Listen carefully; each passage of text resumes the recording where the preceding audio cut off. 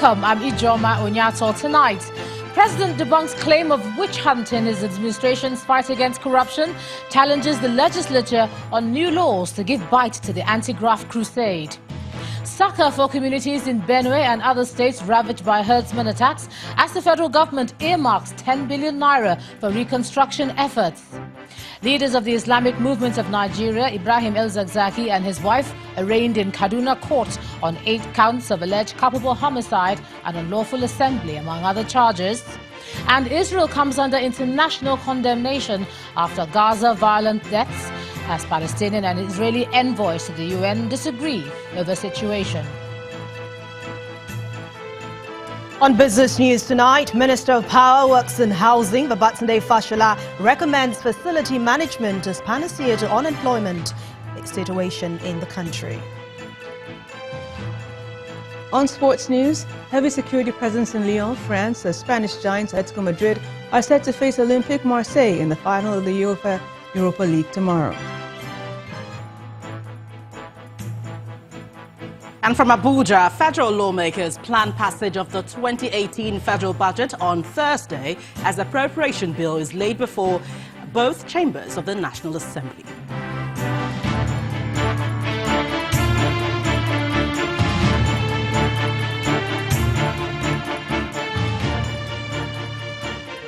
We begin with the president's clarification that his government's anti-corruption fight is not a witch hunt, as he insists that corruption remains the only reason Nigeria is struggling with basic developmental issues that other nations have since overcome.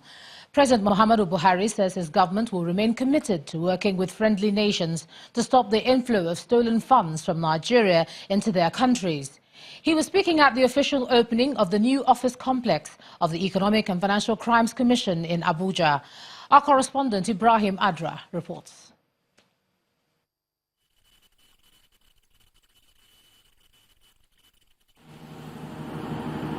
The new EFCC head office in the nation's capital is reported to be a wholly federal government project. Its contract was awarded in 2010. 8 years later, President Muhammadu Buhari's commissioning the edifice, his first assignment on his return from a 2-day visit to Jigawa State.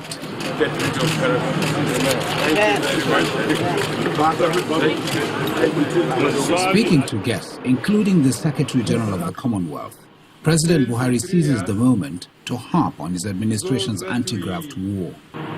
The goal of this administration is to ensure the protection of public trust, and the anti-corruption war is its center.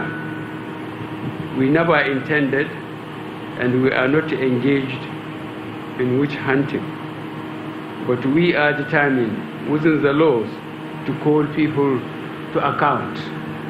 It is my hope and expectation that the judiciary, which is a critical stakeholder and partner in the war against corruption, would continue to collaborate with the executive to bring corrupt people to book. For many, the event is seen as a demonstration of the government's resolve to battle corruption. We now recognize that the agencies have recovered more money in 1 year than they recovered in the 10 years before. The new office has the capacity to accommodate 700 staff and has a forensic laboratory, detention and health centers, amongst others. These, the anti-graft agency's boss say, will help his work. According to Magu, fighting corruption is a task for all Nigerians. This year alone, from January to date alone, we secure 89 convictions so far. But succeeding in the war, according to the Speaker of the House of Representatives, goes beyond a physical structure, a sentiment he shares with Thabo Mbeki. So, Mr. President, we have the added responsibility of taking measures to insulate officers, men and staff of this agency from temptations. And that means that we have to better their condition of service. The people who will work from this building are very valuable people, are people that we should honor and treasure because of the work that they do. Before now, the EFCC has its offices in rented apartments, a situation said to be hampering effective performance. It is expected that this impressive edifice will be a motivation to work harder while trying to maintain the building in good condition for a long time to come. In Abuja, Ibrahim Adra, Channels Television News. And still talking about financial crimes, an investigator of the Economic and Financial Crimes Commission has told the Federal High Court sitting in Lagos that some of the funds allegedly diverted from the Nigeria Air Force were meant for the purchase of aviation fuel and for operations related to fighting the Boko Haram insurgency. The EFCC official said this while testifying in the trial of a former Chief of Air Staff, Air Marshal Adeshola Amusu, and some other former staff of the Air Force. The EFCC is accusing them of converting about 22.8 billion naira from the Nigeria Air Force through various companies from the Ministry of Defense to the Air Force operation account with various descriptions, including Operation Lafia Dole. The EFCC official explains that there were inflows from the Ministry of Defense headquarters to the tune of 1 billion naira on January the 17th, 2013, 100 million naira on May the 15th, 2013, and 18.6 million naira on June the 12th, 2013. But counsel to the Chief of Air Staff, Balaji Ayorinde, questioned the claims of the EFCC investigators. The prosecution counsel, Rotimi Oyedepo, however, opposed Ayorinde's application for an adjournment, saying it would further delay the case. But the trial judge, Justice Idris, agreed to adjourn the suit in the interest of justice. Now, the Code of Conduct Tribunal has discontinued the trial of Justice Sylvester Unguta of the Supreme Court on charges of non-declaration of assets. A two-man panel of the CCT upheld the argument by Justice Unguta to the effect that as a serving justice of the Supreme Court, he could not be tried in any court or tribunal except after he had been subjected to the investigatory and disciplinary processes of the National Judicial Council. The CCT, in its decision, also relied on the judgment of the Court of Appeal in the case of Justice Hailadra Ngajua, in which the appellate court held that by virtue of Section 158 of the Constitution, only the NJC has the powers to try judicial officers for any misconduct while in office. The CCT said a judge could not be prosecuted by any court or tribunal until the NJC deals with the allegations against him and takes a decision of either dismissing such a judicial officer or compulsorily retiring him or her. It, however, quashed the charges against Justice Unguta and discharged him. In other legal matters, the Kaduna state government has arraigned the leader of the Islamic movement of Nigeria, Ibrahim El-Zakzaki, and his wife before a state high court on 8 counts of alleged culpable homicide, unlawful assembly, and disturbance of public peace, among other allegations. They were brought to the court from Abuja, the nation's capital, in 2 black SUVs amidst tight security. At the commencement of the hearing, the defense counsel, Maxwell Kion, made an oral application for the couple on the grounds that they had been in detention for more than 2 years without trial. Justice Kaurada, however, refused the oral application made by the counsel and told him to file a written application, which will be heard before or on the next adjourned date. His arraignment, however, sparked a fresh protest as the members blocked the popular Amato Way and other major roads in the state capital to demand his release. The trial has been adjourned to June the 21st. In the meantime, the police authorities say they've arrested 60 members of the Shiite sect in connection with the alleged attack by the group on police officers and police installations in Abuja. The spokesman for the Federal Capital Territory Police disclosed this when he took journalists to the injured officers, Superintendent of Police Oga Linus and Inspector Mary Ame at the Garki Hospital, Abuja. Our correspondent Kayla Megwa reports. These are Shiites. adherents of the Shia branch of Islam.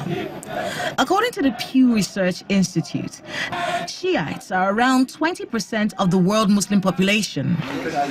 On December 2nd, 2016, a high court ordered the release of Mr. Zakzaki from the custody of the Department of State Services within 45 days. He and his wife were to be paid the sum of 50 million naira in compensation. The judge announced that the justification of holding him for his own protection is not sufficient. He is yet to be released. On Monday, there was another clash between the police and the protesting Shiites. The police say it turned violent. They were attacking police personnel, police facilities within the Federal Secretariat. As you can see in the hospital, we have 2 of our personnel who have been seriously injured. I was going towards the crime office. I heard a gunshot, bam! And the next thing I see, blood started gushing out of my hand. So I was rushed to the clinic there. Meanwhile, the protest continued peacefully under the watch of the police, and the Shiites have a totally different recollection of the events of the day before. Normally, if you are shooting tear gas, you shoot it on air. But in our own case, the police press us and shoot tear gas in our body. So that is what happened yesterday. They shoot one of their colleagues in Mufti, and he was seriously injured. I don't know his whereabouts. These protesters insist that their protests are peaceful. The police say the protests turned violent with no regard for the rights of other citizens. Kayla Megwa, Channels Television News. And back to legal matters. A federal high court sitting in the Jabi area of Abuja has adjourned the trial of Mariam Sanda for alleged murder to June the 28th and the 29th. The adjournment follows the absence of the defense counsel, Mr. Joseph Daudu, in court today due to ill health. The prosecutor, Mr. James Idachaba, did not object, but asked for a cost of 10,000 naira because he was in court with his witness. In his ruling, the trial judge, Justice Halilu Yusuf, adjourned the case, but turned down the request for cost made by the prosecution. Mrs. Mariam Sanda is standing trial alongside her mother, brother and nanny on a 2-count of murder and tampering with the scene of the crime, which they've entered a not guilty plea. Now, still on legal matters, but outside Nigeria, August the 2nd has been set as a pre-trial conference date in the case against the senior pastor of the Jesus Dominion Church in South Africa. Pastor Timothy Omotosho is facing 63 counts of alleged human trafficking, sexual assault, rape and racketeering. Our South African Bureau Chief Betty Dibia reports. Many postponements later, Pastor Timothy Omotosho once more calmly walked into the courtroom clutching a Bible. He stood in the dock with 2 of his co-accused, Zukiswa Sito, 28, and Lusanda Solani, 36, all women. The case against the third has now been withdrawn. Pastor Motosho, whose wife Taiwo was present in court, stands accused of alleged human trafficking, sexual assault, rape and racketeering, all of 63 counts. The magistrate Tandeka Mashi granted a provisional withdrawal of a separate case of illegal immigration pending the outcome of the main case, for which a pre-trial conference date has been set. Outside the court, placard-carrying members of the embattled pastor's congregation sang protest songs demanding his release.